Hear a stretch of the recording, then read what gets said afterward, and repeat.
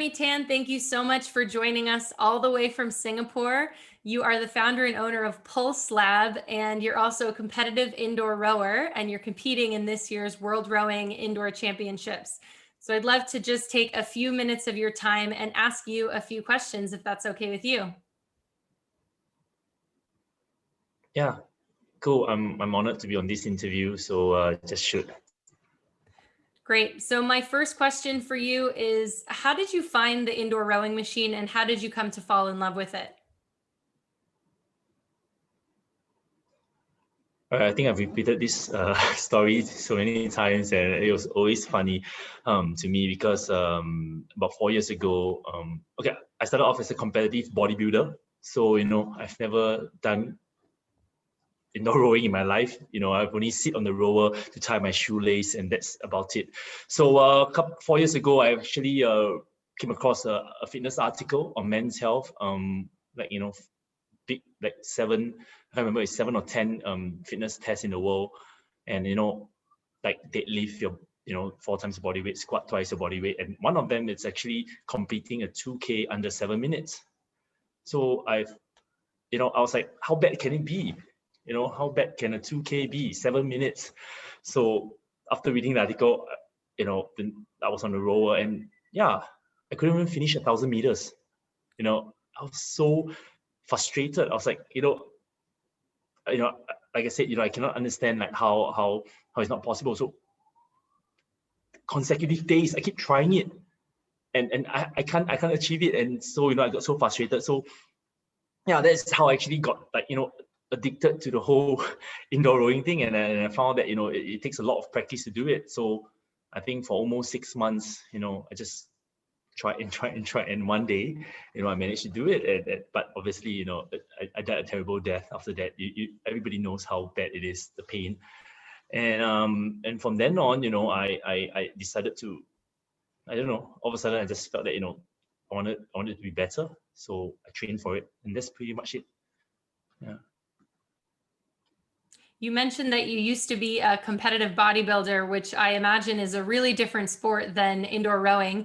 Can you tell us some of the biggest differences and similarities between bodybuilding and indoor rowing? I mean, the difference between bodybuilding is mostly aesthetics, right? Just want to look good on stage, and yeah, I mean, performance is very different. We just care about how much we lift in order to make our biceps big or our quads big. But rowing, it's all about strategy. I mean, especially racing. And then the similarity is the pain. For bodybuilders, we really train hard. We diet even harder. We go through the 12 weeks or 16 weeks of dieting. We are able to take the pain. And for indoor rowing, it's the same. When it comes to training, the pain is just the same. It's all up here. It's all resilience and mental fortitude. I guess they're pretty similar in a way. And I don't understand why after bodybuilding I actually chose indoor rowing. I should have just played table tennis or something, which is a bit more relaxed. I had to choose another sport which caused me pain again, but I think kind of like it keeps me alive in a way. Yeah, that's all. Talk to us a little bit about Pulse Lab and why you decided to create Pulse Lab, and maybe just tell us what it is for the sake of the people watching. So, I was actually a personal trainer for almost, I mean, it's been 10 years. And 4 years ago, I was actually given an opportunity to actually start my own gym. Obviously, I have co-founders as well, but they actually trusted me enough to ask me to, set up something. And, at the point of time, like I said, 4 years ago, I just got into the rower, and I was like, hey, this might be the next big thing in Singapore. Let's be honest, I mean, indoor rowing is not huge in Singapore, and I thought that I could actually create like an indoor rowing community and spread the indoor rowing awareness, obviously through a gym, but first, I've got to put myself through everything, right? So I actually changed my whole perception of training. I stopped training like a bodybuilder. I actually worked towards more performance training. Yeah, and then, why Pulse Lab is because I believe that, the heart will be strong first before anything else. You're trying to say cardiovascular system is important, yeah, and that's pretty much it. And for the last 4 years, we've been, very actively creating row classes, not just for performance based, that's just my own hobby. We want to introduce people to indoor rowing because number one, we want them to be able to move well on the rower and enjoy the benefits of it as a conditioning tool, and just create awareness, that rowing is actually good for you. 86% of your muscles work at the same time, when you're rowing for 30 minutes. So, why not? Yeah, that's pretty much what Pulse Lab is about, And we do personal training as well. So, we transform life, physics, through fitness. Have you ever rowed in a boat? And if so, what did you think about that experience? And if not, do you want to? Okay, so I've never rowed in a boat. Last year, I actually rowed a 10K on the indoor rower, and the Concept 2 Malaysia actually screenshot my score and actually sent it to the national team. And they're like, hey, check this dude out. His ERG score is, decent. So the Singapore Rowing Association actually asked me to come down and, obviously check them out, and I told them that, hey, I'm only good on the indoor rower. So on the first day itself, they put me on the boat and I was like, oh, my splits was like way slower than what I am on the rower. And yeah, I mean, as you know, I actually had quite I had a good time there, but because I'm running a business and they wanted me to actually train for then the Southeast Asian Games, but I couldn't commit the time to put in. So so I went back and looked after the business, and then only recently I've got encouraged and I've got invited back to the rowing club to actually get back onto the water. And it's just different, on the water, you're so afraid to capsize and there's so much balance involved. And yeah, but if you ask me, I would want to be able to actually be on the water and row recreationally. Yeah, I don't have to be fast. I just want to be able to go up and down without capsizing, and I do enjoy still being on the indoor rower, and yeah, that's where my domain is. Yeah. You qualified for the World Rowing Indoor Championships via the Asian qualifier event. What was that experience like, and how do you feel about having these continental qualification opportunities?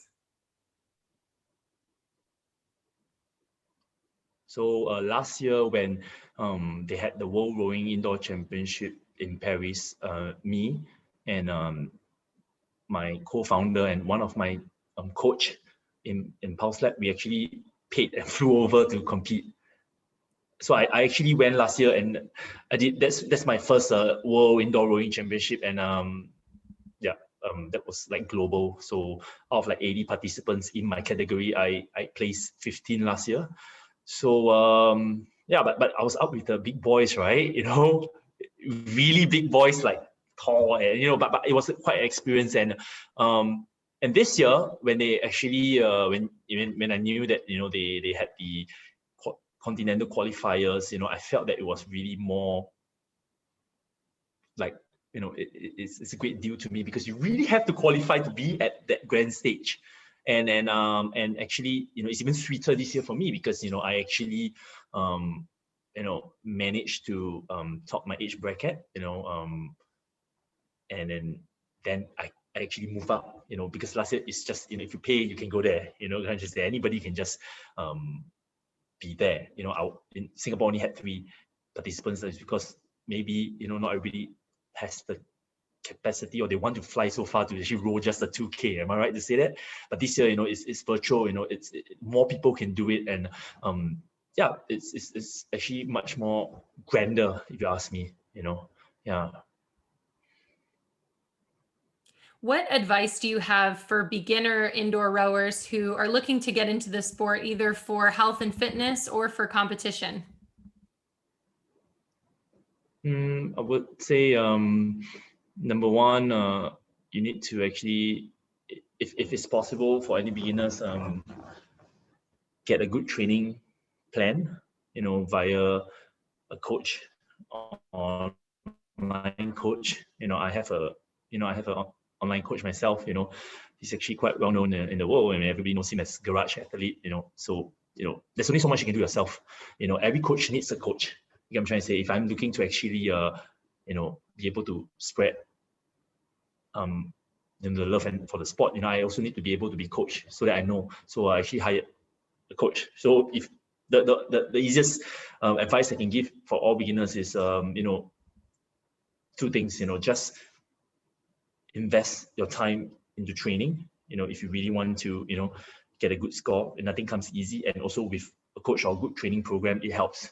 And it takes almost about a year or more to get a good base. So don't rush into things. Yeah.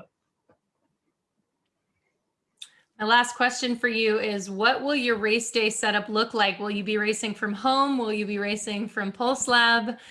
Will you have people supporting you? Tell us about what you plan to do for race day.